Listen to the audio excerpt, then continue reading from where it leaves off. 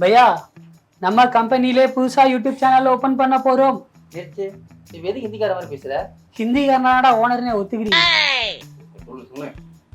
அதாவதா நம்ம கம்பெனில புதுசா யூடியூப் சேனல் ஒன்று ஆரம்பிக்க போறோம். உனக்கு தெரிஞ்ச ஏதாவது ஒரு நல்ல கண்டென்ட்டா இருந்தா சொல்லு. சூப்பரா, இதுதான் நான் எதிர்பார்த்துட்டு இருந்தேன். அதான் சார், இப்ப யூடியூப் சேனல் ஆரம்பிக்கணும்னு சொல்லிட்டு அவன் மக்களை கொலையா கொண்டுகிட்டு இருக்கான். நாம அப்படி பண்ணக்கூடாது, மக்களுக்காக சேனல் ஆரம்பிக்கும். சரிங்களா? அதாவது சார், இப்போ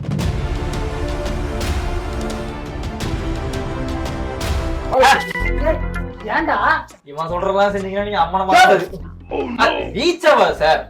அப்புறம் என்னதான் பண்ணலாம்? உன்கிட்ட கண்டென்ட் இருந்தா சொல்லு. அதாவது நம்ம ஊர்ல நிறைய லூசுக்குங்க இருக்காங்க. இவங்களை வச்சு நம்ம இன்டர்வியூ பண்ண வச்சுக்கோங்களேன், கண்டிப்பா ஹிட் ஆகும்.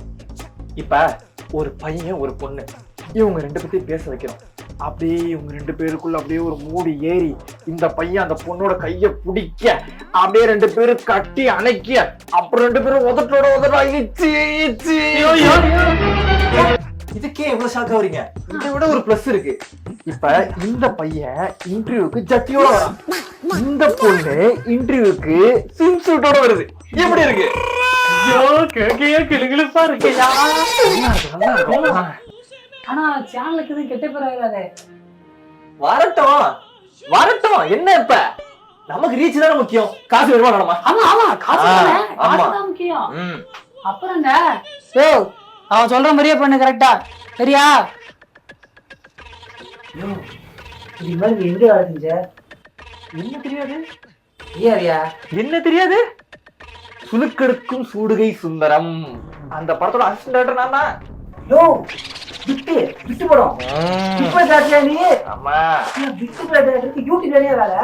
யோ, எங்களுக்கு தான் யூடியூப்ல வேலையே. போயா யோ.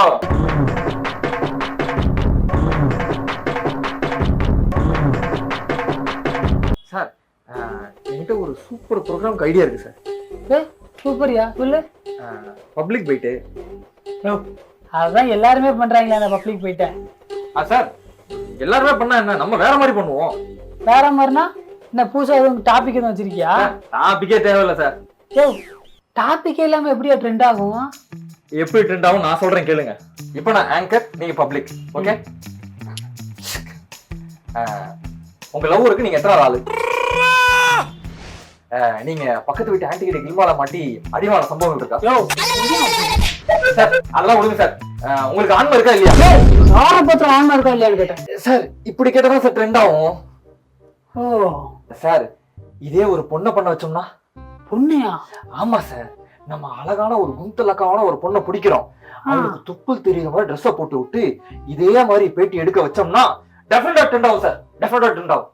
யோ, தொப்புளுங்கிற பொண்ணுங்கிற பாப்பாங்களாயா? சார், இப்பெல்லாம் இதான் சார் பாக்குறாங்க. இப்ப யூடியூப்ல வல்கரான கொஸ்டின் கேக்குற மாதிரி தம்ப்லைன் போட்டு விட்டு அந்த பொண்ணை கிளாமரா ட்ரெஸ்ஸை போட்டுட்டு நிக்க வச்சோம்னா கண்டிப்பா லைக்ஸ் அள்ளு சார். யோ, கேட்கறதுக்குலாம் நல்லா தாயா இருக்கு, ஆனா ஒரு மாதிரி பிட்டு சேனல் மாதிரி ஆயிடாது சார்? பிட்டுக்கு தான் சார் பெரிய துட்டே. துட்டா? துட்டு துட்டே.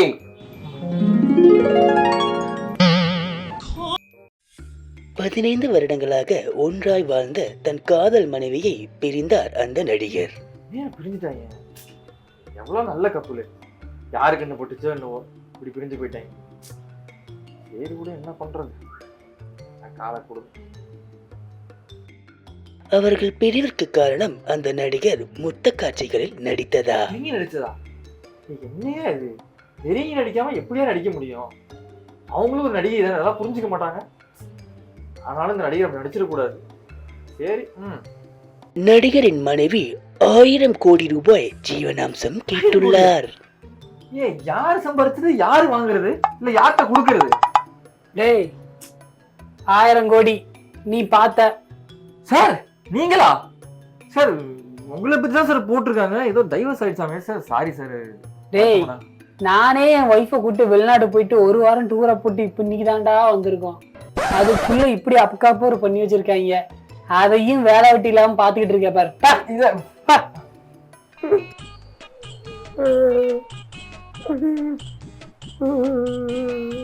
ஐயா,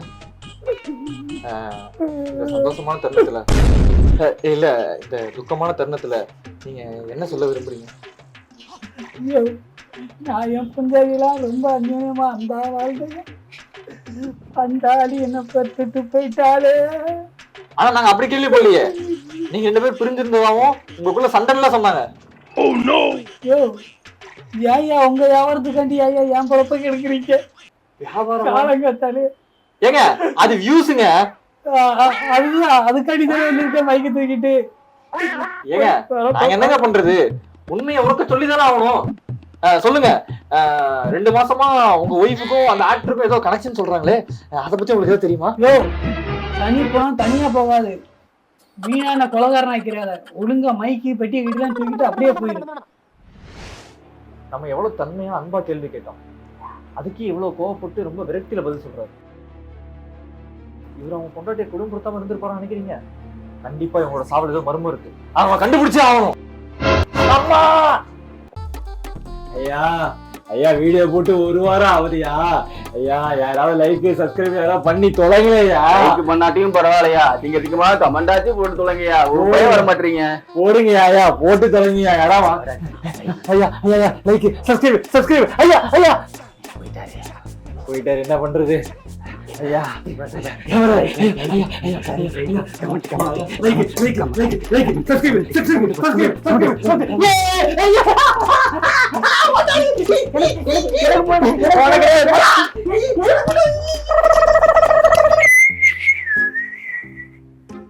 ஏய் என்ன போஸ்லாம் ரொம்ப திமிரா இருக்கு. சூப்பர் கண்டென்ட் எடுத்து வந்திருக்கோம்ல. வாங்க சார் வணக்கம் சார். யோ நீ கண்டென்ட் நல்லா பல மாதிரி வச்சிருப்ப. ஏய் எதா இருந்தா சொல்றா. சார் சார் சார் இன்னைக்கு உண்மையிலே சூப்பர் கண்டென்ட் சார், உங்களுக்கு பிடிக்கும் சார், அடிச்சு சொல்றேன் சார்.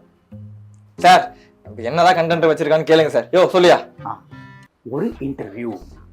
யோ இன்டர்வியூ தனியா காலங்காலமா எடுத்துக்கிட்டு இருக்கோம் சார். இது அந்த மாதிரி இன்டர்வியூ இல்ல சார், கில்மா இன்டர்வியூ.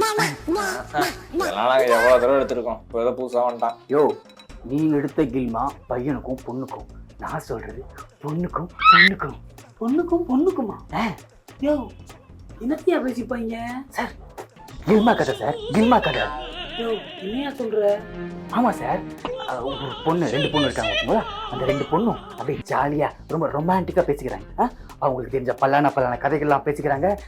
நிறைய பிட்டெல்லாம் போட்டு டபுள் மீனிங் என்ன ஸ்லாங் என்ன அப்படியே ஆடியன்ஸ்லாம் குதூகலமாகி அப்படி தெரிவிக்க விடுவாங்க சார். யோ இந்த சமையல் மந்திரம் மாதிரியா? அதுக்கும் மேல சார். அதுக்கும் மேல சார் உங்களுக்கு இன்னுமா புரியல? அந்த ரியாலிட்டி ஷோலாம் இருக்குல்ல, இந்த டான்சிங் இந்த சிங்கிங், அந்த மாதிரி ரியாலிட்டி பிட்டு ஷோ சொல்றாங்க சார். டாக்லினா அழகா இருக்கு. Reality bit show super. Title வச்சிடலாம், ரியாலிட்டி பிட் ஷோ. சூப்பர். நம்மளே தெரியாம எடுத்து கொடுத்துட்டோம் போலயே. டேய் பத்தியா எப்படி யோசிக்குது மூலனே. ஒழுங்கா அவன் பேச்சை கேட்டு நடக்கிற வழியை பாடுறான். சரி சரி. ஏய் வழக்கமா நான் தானே இப்படிலாம் யோசிப்பேன், நீனே எனக்கே டஃப் ஆயிட்டு கொடுக்குற. என்ன பண்றது, நல்ல விஷயம் தான் நினைச்சேன், எவன் சொல்ல விட்டீங்க, அதான் நானும் ட்ரெண்டிங் ஏத்த மாதிரி மாறிட்டேன். சரி ஓகே, இப்போதான் நம்ம ட்ரெண்டுக்கு வந்திருக்க. Let's start the reality bit show. Hey buddies, actually இந்த வீடியோல வந்து நம்ம எந்த ஒரு சேனலையோ இல்ல யூடியூபையோ டிராவல் பண்ணணும் இல்ல ஹர்ட் பண்ணணுன்றதுக்காக இதை பண்ணல. எல்லாருமே வியூஸ்க்காக தான் ஒர்க் பண்றாங்க. ஆனா நம்ம செய்யற வேலையில ஒரு பேசிக்கான எத்திக்ஸ் ஆச்சு இருக்கணும். அந்த எத்திக்ஸ் கூட இல்லாம சில விஷயத்த பண்றாங்க அப்படின்றது ரொம்ப ஒரு தப்பான விஷயம். அதை சொல்லணுன்றதுக்காக தான் ஸோ இப்போ இவர் சொன்ன மாதிரி நம்ம முடிஞ்ச அளவுக்கு எத்திக்ஸோட ஃபாலோ பண்ணி வீடியோ போடணும் தான் எங்களுடைய எய்ம். ஸோ அந்த மாதிரி தான் நாங்கள் போட்டுட்டு இருக்கோம். முடிஞ்ச அளவுக்கு எங்களுக்கு சப்போர்ட் பண்ணுங்க. இந்த மாதிரி வீடியோஸ் போடுறதுக்கு நாங்கள் வெயிட் பண்ணிட்டு இருக்கோம். ஃப்ரெண்ட்ஸ், அப்புறம் உங்களுக்கு எல்லா வீடியோவும் பிடிக்கணுங்கிற அவசியம் இல்லை. எந்த வீடியோ பிடிச்சிருக்கோ அந்த வீடியோக்கு லைக் அண்ட் ஷேர் பண்ணுங்க. பிடிக்காத வீடியோவை கமெண்ட் பண்ணுங்க, எதனாலும் பேசிட்டு இருக்கலாம். ஓகே, எந்த வீடியோவும் பிடிக்கலன்ட்டாங்கன்னா அதுக்கு யானி அநியாயம் அது பிடிச்சத போடுங்கண்ணே. ஓகே, நன்றி நன்றி. Tick tock tick tock tick டாரி டிக் டாக் டிக் லைக் பண்ணுங்க. டிக் டாக் டிக் டாரி டிக் டாக் டிக் ஷேர் பண்ணுங்க. டிக் டாக் டிக் சப்ஸ்கிரைப் பண்ணுங்க.